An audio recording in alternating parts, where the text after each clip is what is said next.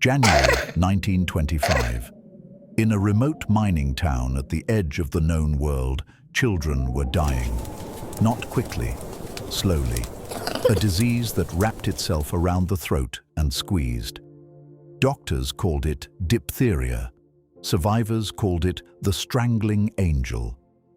The antitoxin that could stop it sat in a warehouse 674 miles away. There were no roads, no aircraft that could survive the cold, no ships that could break through the ice. There was only one option left, a relay of sled dogs and the mushers who trusted them with their lives. History would call this the Great Race of Mercy. History would remember a dog named Balto. History was wrong. The dog who ran farther than any other team. The dog who pulled his entire sled through freezing ocean water. The dog who saved the mission the world would later forget he was part of. He was 12 years old. Nome, Alaska, 1925. A town pressed so far against the frozen Bering Sea, it barely exists on a map. In winter, Nome doesn't just get cold, it disappears. Temperatures plunge below -50 degrees Fahrenheit. Blizzards erase the landscape for days at a time. The sea turns to a shifting desert of ice, so thick, so jagged, that no ship dares approach. When the first child died, a 2-year-old boy who had seemed only to have a sore throat, Dr. Curtis Welch knew the truth before the test results came back. He had seen this before. The grey membrane forming in the throat. The slow suffocation. Diphtheria. Nome had 8,000 units of antitoxin. They were 5 years past their expiration date and nearly useless. The nearest fresh supply was sitting in a railroad warehouse in Nome, 674 miles away. Without it, doctors estimated the town was looking at a near-total mortality rate among its children. A ticking clock. A biological one. The serum could only survive 6 days in the extreme cold before the antibodies would break down. Officials had 2 options: primitive open cockpit aircraft, which would almost certainly crash in -50 winds, or the mushers, the mail carriers, the men who moved through this landscape because no machine could. They chose the dogs. 20 mushers, 150 dogs, a relay that would span the entire width of Alaska's most brutal terrain, but one team would carry the serum farther, faster, and through conditions no other team would face. Leonhard Seppala was the most celebrated musher in Alaska, a Norwegian immigrant who had spent 20 years learning the language of ice, wind, and dogs. He had won the Nome sweepstakes, the most prestigious sled race in the territory, multiple times. If anyone could make it through the death leg of this relay, it was Seppala. His lead dog was 12 years old. In sled dog terms, 12 is ancient, the equivalent of nearly 70 in human years. Togo's muzzle had gone grey. His joints had logged more miles than any dog in Alaska's recorded history, and nobody had wanted him. As a puppy, Togo was considered a scrub. Too small, too sickly. He had a persistent throat ailment, weighed barely 48 pounds at maturity, and seemed constitutionally incapable of following orders. Seppala gave him away. Twice. The first time, Togo escaped the neighbor's yard and trotted back to the kennel before dinner. The second time, Seppala had already driven the sled several miles into the wilderness when he looked back and saw a small black shape running impossibly fast across the snow to catch up. Togo had jumped through a closed glass window, cutting himself, and tracked the team by scent and instinct across miles of open terrain.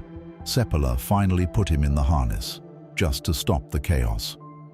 By the end of that first day on the sled, Togo had moved himself forward through the line until he was running alongside the lead dog. He didn't ask for permission. He didn't wait to be promoted. He simply went where he knew he belonged. By 1925, Togo had logged an estimated 75,000 miles in harness, more than any sled dog in history. He could navigate through whiteout conditions using something that mushers struggled to explain. A sixth sense for safe ice, for wind direction, for the precise moment when a trail became too dangerous to continue. When Sepala was assigned the most dangerous leg of the relay, he did not hesitate. He hitched Togo to the front. Most mushers in the relay were assigned stretches of 25 to 53 miles, difficult runs, dangerous runs, but manageable. Sepala and Togo were told to leave Nome and drive east, into the storm, toward the incoming serum, then turn around and bring it back. This was not a 50-mile leg. It was not a 100-mile leg. By the time they handed the serum off to the next team, Sepala and Togo would have traveled 261 miles. The next closest team covered 53. They set out into a blizzard that was still building strength. Wind chills estimated at 85 below zero. Visibility measured in feet, not miles. Sepala trusted Togo to find the trail he could not see. Togo ran.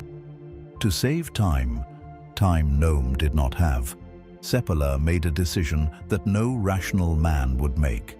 He would cross Norton Sound. Norton Sound is not a frozen river. It is a frozen inlet of the Bering Sea, roughly 30 miles across. The ice there is grounded near the shores. But in the middle Sepala intended to cross. It is nothing but sea ice. Mobile, shifting, capable of cracking apart without warning and drifting toward the open ocean. The coastal route was safe. The coastal route would cost a full day. Nome did not have a full day. They were halfway across Norton Sound when the ice began to speak.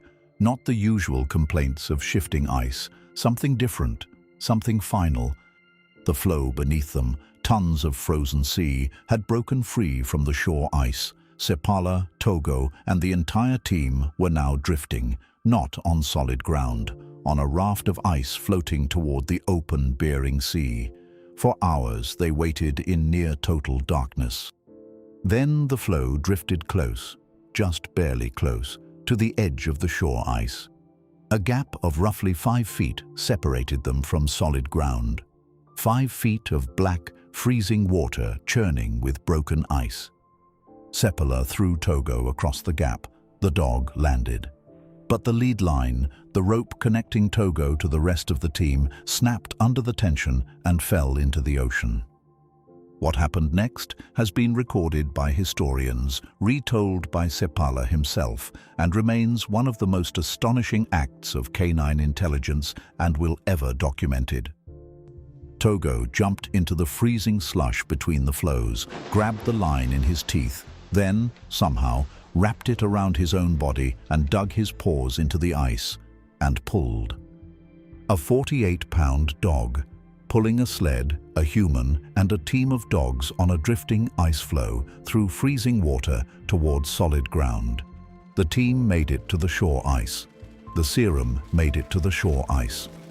And Togo, bleeding, soaked, lungs burning, shook himself off and kept running.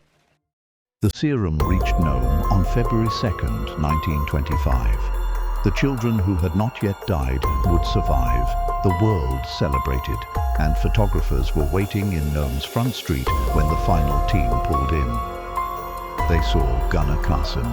They saw his lead dog, a black and white Siberian husky named Balto, standing in the lamplight, frost-covered and heroic. The image went out on the wire services.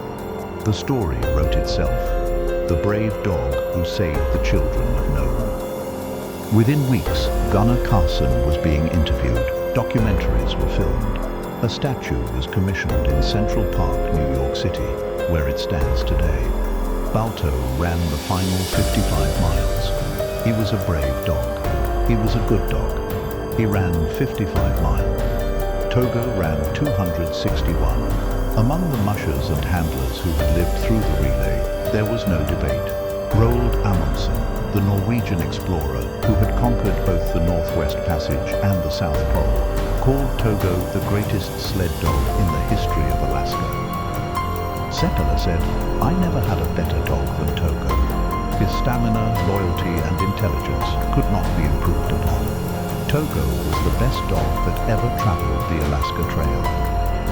After the serum run, Togo never became as famous as Balto, but among those who truly understood sled dogs, his reputation became almost mythical.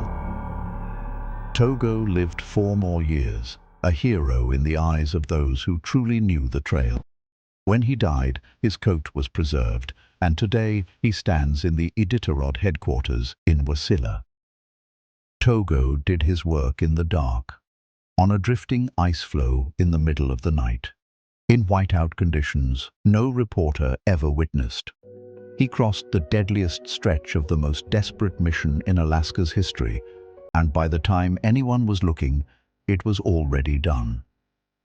History is not always a record of what happened, it's a record of what was witnessed. And the greatest acts, the heaviest burdens, the most impossible miles, are often carried by the ones no camera ever finds.